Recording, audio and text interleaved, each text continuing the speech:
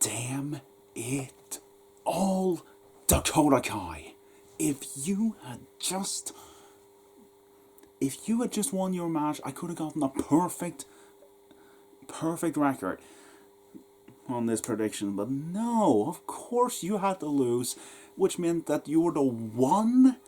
There was the one match I got wrong. Everything else I got right. So yeah, but anyway, NXT Takeover in Your House has just wrapped up, and yeah, I'm here to talk about the show.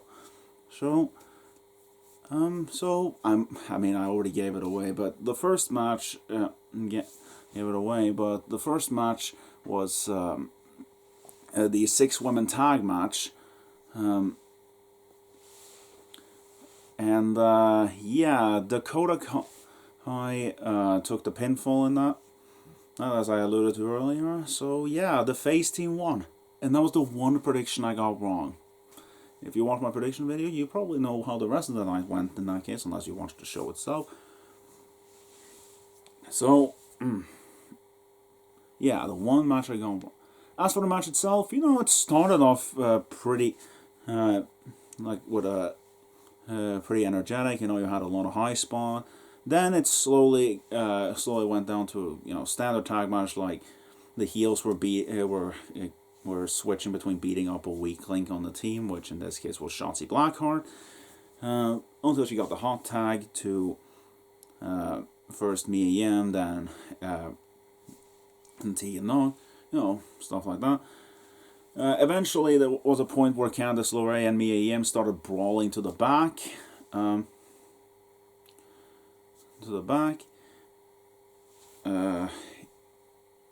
Then there was then the match continued as more of a standard tag match. There was a miscommunication between Dakota Kai and Raquel Gonzalez. Shotzi took out Raquel. Tegan Nox hit the shiniest wizard. 1, 2, 3. The face team wins. Then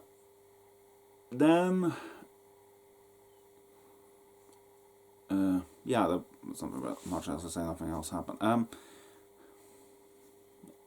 By the way, if you see any sort of weird flashes or anything like that, I'm not so sure why I still have it on. I'm not watching it or anything, but the Ric Flair WWE 24 is going on in the background because I haven't turned off.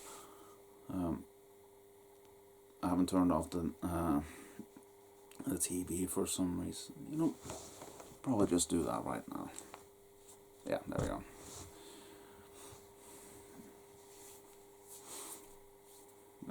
Again, I don't edit these videos. I do edit a little bit. I edit out the beginning and the ending of the recording, but for the most part, I just edit out that and just leave the video as it is.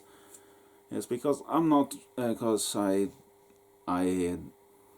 use a editing software that's free, and I also don't know how to cut proper transition. I'm not going to get into all that.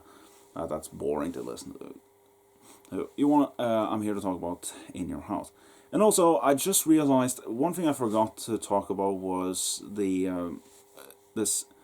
show actually, the presentation of the show.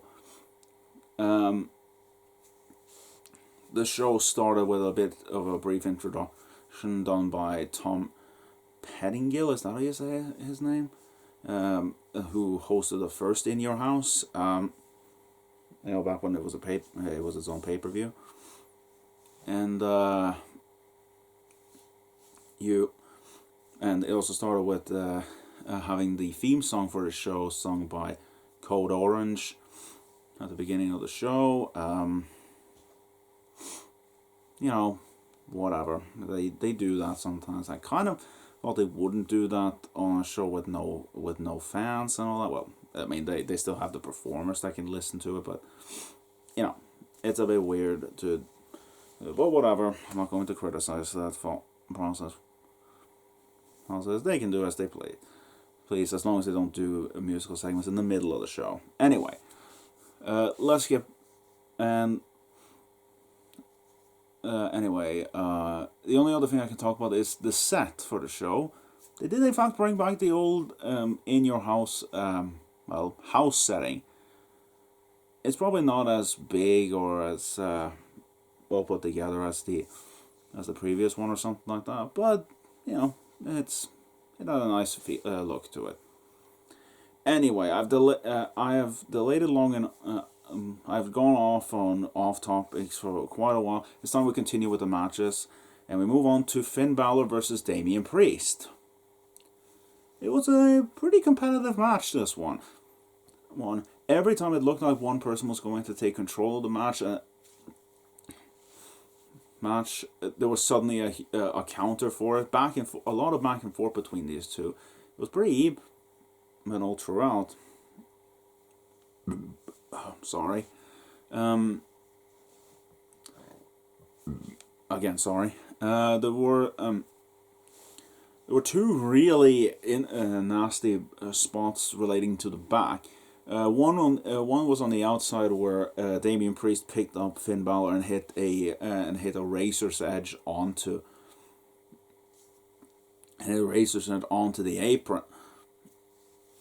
That must have really hurt Finn's lower back. And then later, he was attempting to do another razor's edge onto the.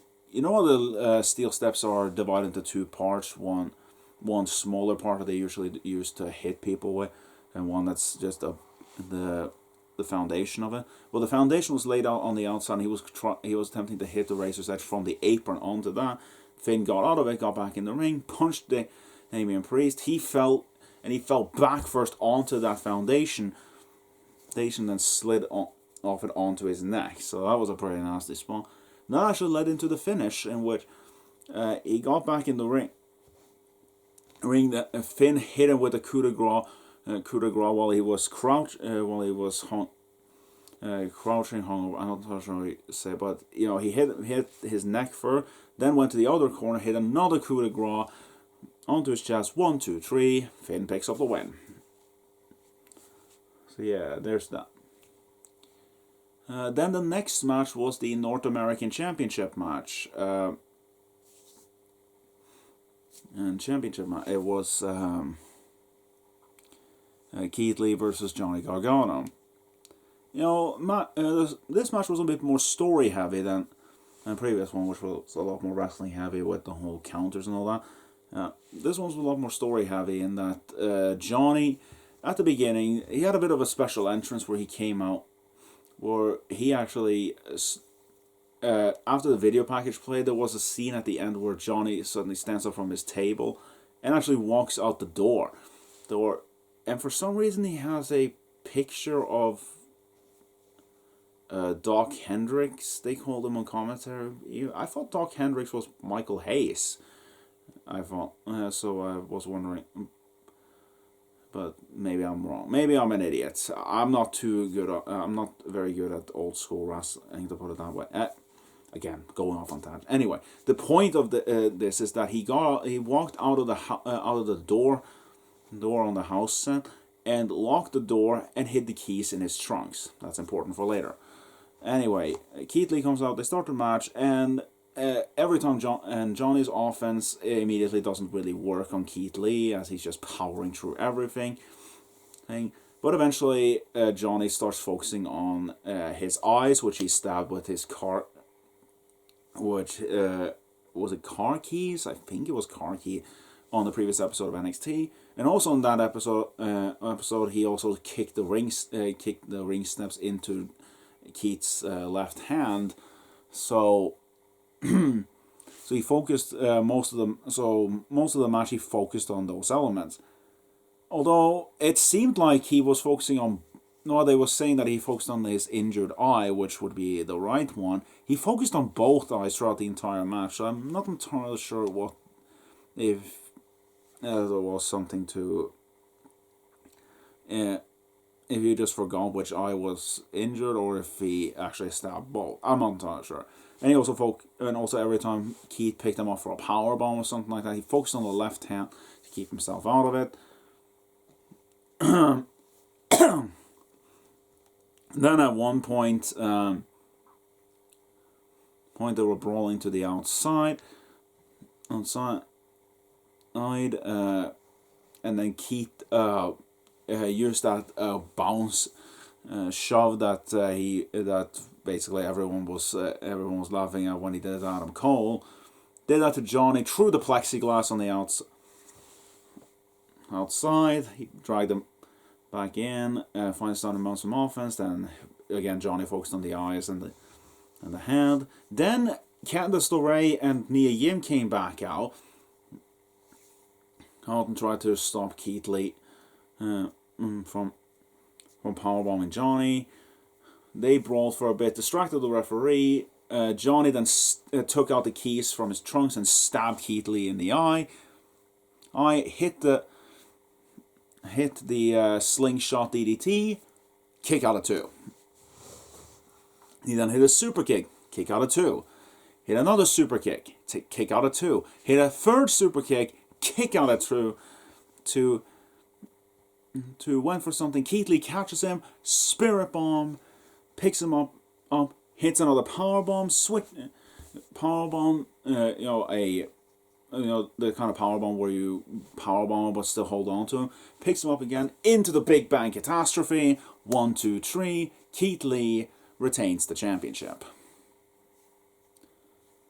So yeah, that made Keithley look like $1 million at least.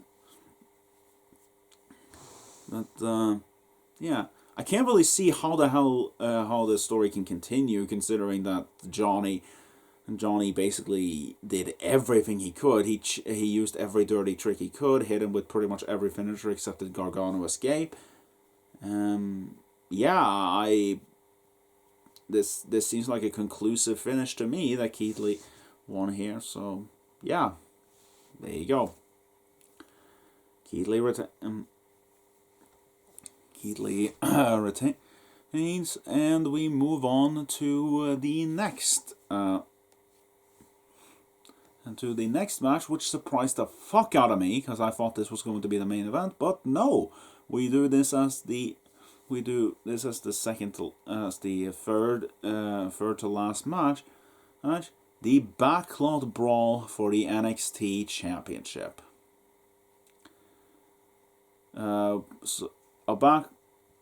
I'm not entirely sure why they called it a backlot brawl, because it was essentially a parking lot brawl, because they essentially had a ring set up in a parking lot of some apartment complex, had a bunch of cars surrounding the ring,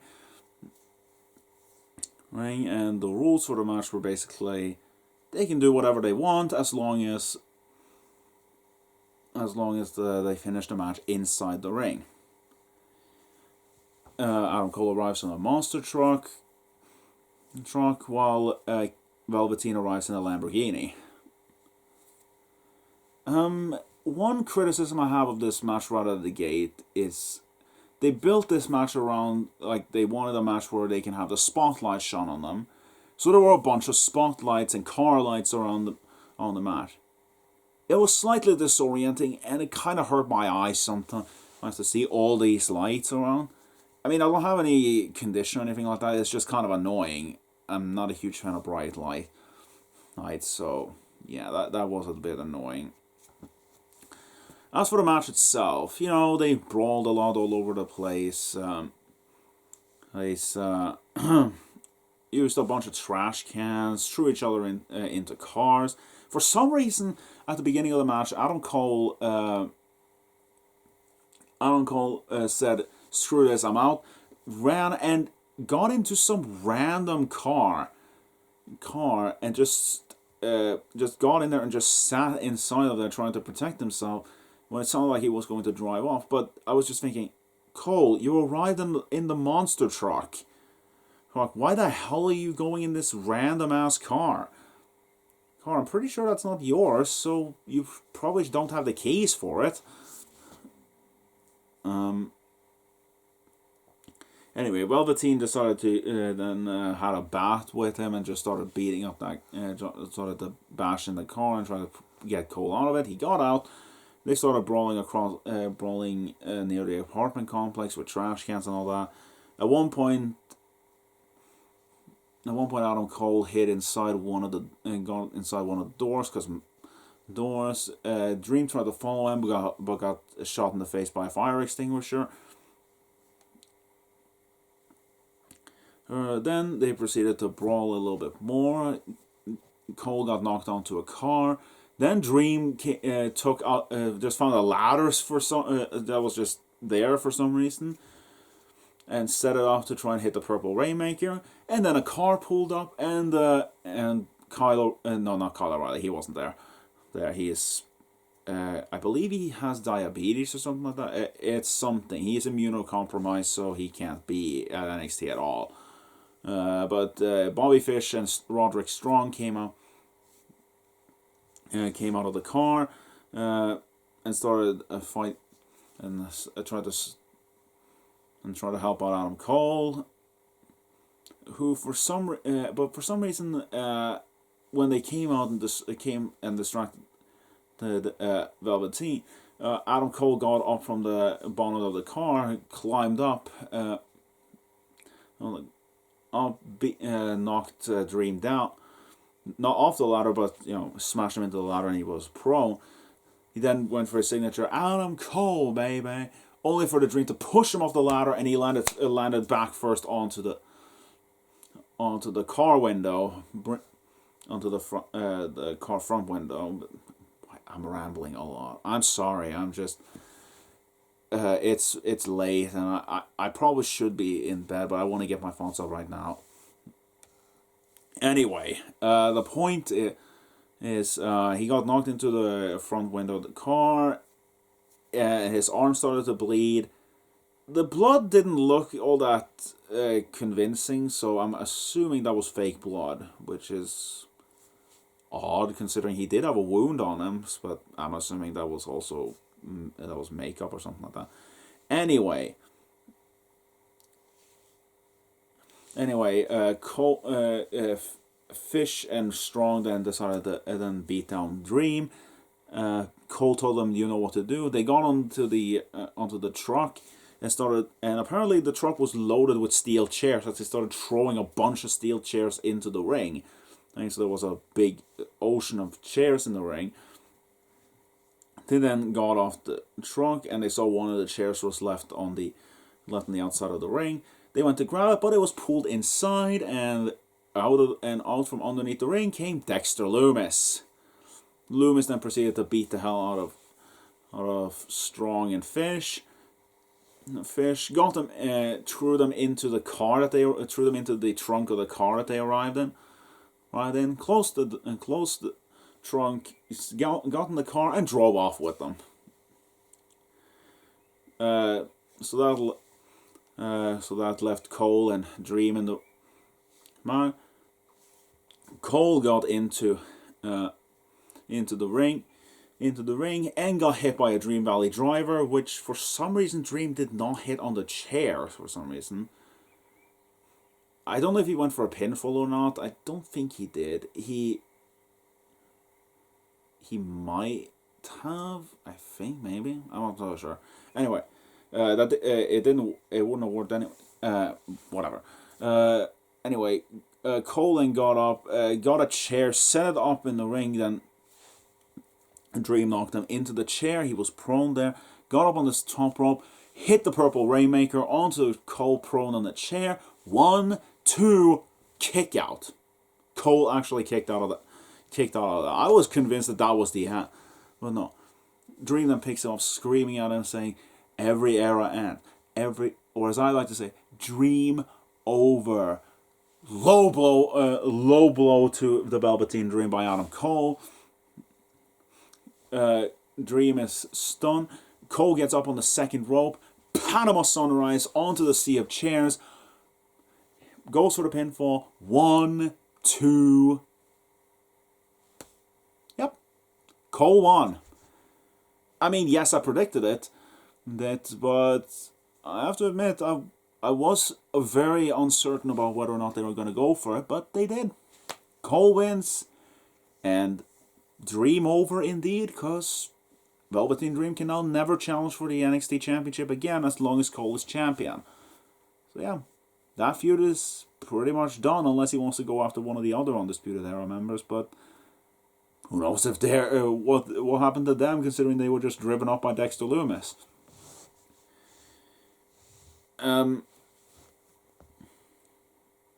But yeah, Cole wins.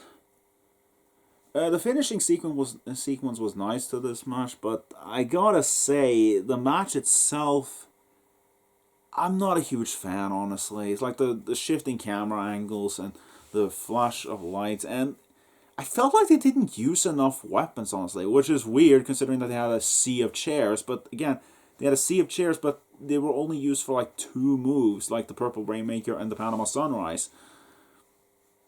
It's like, I felt like they could have done a lot more. I felt like there was more they could have done, but whatever. I didn't dislike this match, I just, it could have been a lot better in my opinion. Then, after this match ended, we had something that confused the hell out of me.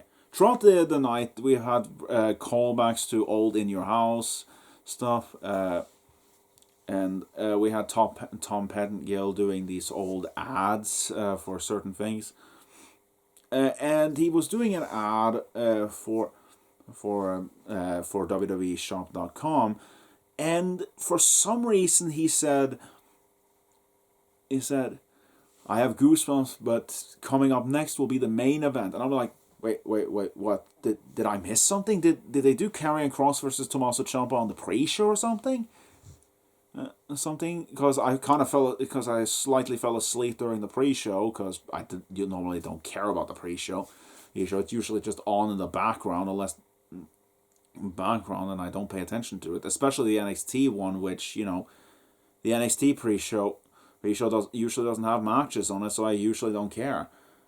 But thankfully it turned out that he was just talking nonsense, because the next match was in fact Karrion Kross versus Tommaso Ciampa.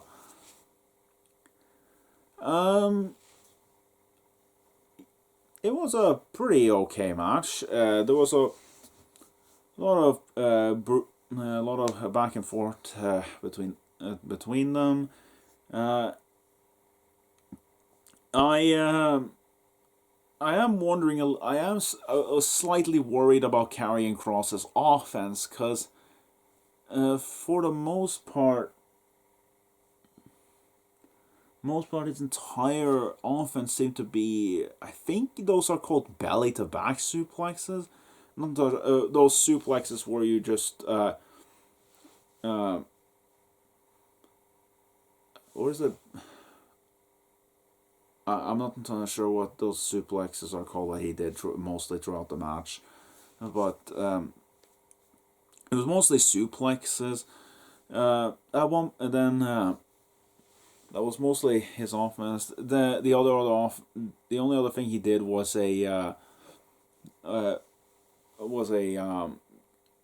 something similar to an F5, except he just tossed him across the ring. And then of course there was the finish, which I'll get to. But there was like he was in control for most of the match. Then Tommaso mounted some comeback, even hit Willow's bell, that rope hung DDT, but that wasn't enough for a win. Anyway, at the end, he Karrion Kross locked in the cross jacket, which is his submission finisher. Tommaso passed out, and yeah, Kross won. Was there ever any doubt? So yeah, that was my point though. Karrion Kross's offense seems to be suplexes, an F5 sort of thing, and the cross jacket. I mean, I hope this is just the starting phase of his career, and that we can see something better, something more from him. This match was fine, and it made him look strong for kicking out of the Willow's bell and all that, but I feel like I need to see a little bit more of the guy, because so far I've seen squash matches and this, which, is fine. He's just starting out, but, I kind of need a little bit more to get invested in Karrion Kross. I love his entrance, but I need something more to buy into him. And then we got to the main event of the show, the NXT Women's Championship match. This match was a lot of back and forth all over the place. I would probably do a little bit more play-by-play as I normally do, but I kind of want to get this over with. Anyway, there was a lot of near spots, a lot of back and forth. Some spots where I was worried, like for example at one point where Io Shirai has both women down in the corners. She then hits a running knee in the corner to Rhea Ripley, only to get hit by a natural selection from Charlotte, but she kicks out. Then Charlotte has Io in set for the figure 8. She's about to bridge when Rhea grabs her and pulls her out of the ring. There's a point where towards the end of the match they brawl towards the house set on the ramp. Charlotte throws Io into the window LED screen. Rhea hits Charlotte with a potted plant. They brawl a bit in the garage area. Then Io appears on top of the main house building in the middle on the roof and does a crossbody onto both. That was a cool spot. Then I believe they start brawling a bit on the top rope. So Rhea Ripley is able to hit Charlotte with a riptide from the corner. You know, the way she beat Shayna Baszler, but Io breaks up the pin.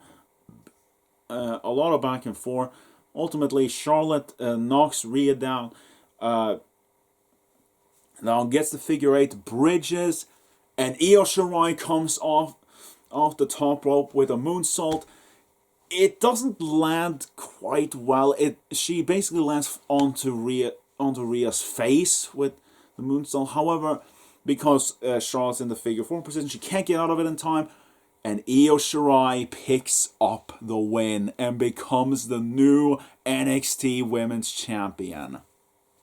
Top marks. Marks right there for that booking, NXT. Match itself was really good. Probably the best match of the night, but and again, it was probably the longest. Maybe I'm just happy about Io's victory. Maybe I'll change my mind going forward. But I think overall I would say that was the most enjoyable match. Match of the bunch. I'm a little disappointed that Io's victory couldn't come in front of a crowd, but hey, you can say that about everyone these days. You kind of just have to move past it. And yeah, I know there's a crowd there with the NXT trainees, but it's not the same. It just isn't the same. But again, I really should just get that's something you should just get used to. There isn't a crowd, and there's not going to be one for quite some time. I think the earliest I've heard that they might bring a crowd back is September, because there might be some chances things are better then. Or I've actually heard some reports there might be a vaccine ready in October, maybe. Crossing my fingers that's true, but I'm not getting my hopes up entirely.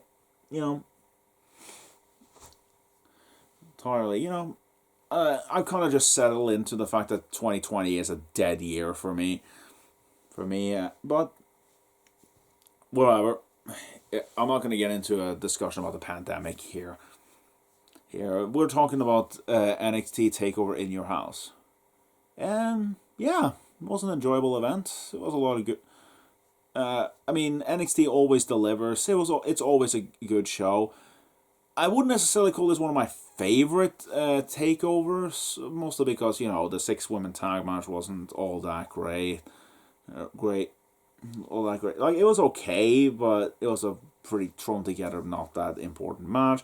And Karrion Kross versus Tommaso Ciampa was a nice debut match, but nothing special. So yeah, I don't really have anything else to say on the quality. All I will say is, damn you, Dakota Kai, for making me miss out on one prediction. Congratulations to Io Shirai for finally winning that finally winning the NXT Women's Championship, rightfully deserved. Charlotte, please do us all a favor and stay on Raw going forward. I'm sick and tired of you appearing on every single show. Stick to Raw. Raw. Also, if you could maybe have a title match with Asuka and lose, that I'd be happy about that too. Anyway, that's that done.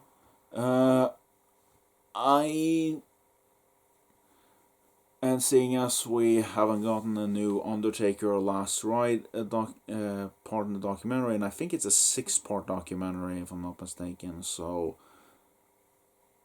I'm probably stuck with the network a little bit longer, so I'll see you next week for Backlash. Until then.